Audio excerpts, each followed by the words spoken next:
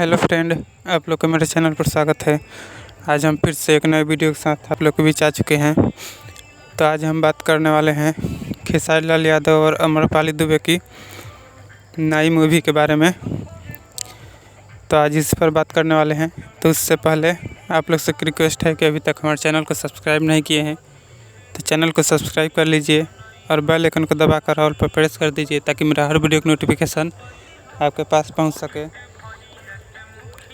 तो हम आपको बता दें कि खेसारी लाल यादव और अम्रपाली दुबे का सबसे पहला फिल्म आशिकी आया था और फिर से एक दूसरे फिल्म का शूटिंग चालू हुआ है, जिस फिल्म का नाम है डोली सजा के रखना।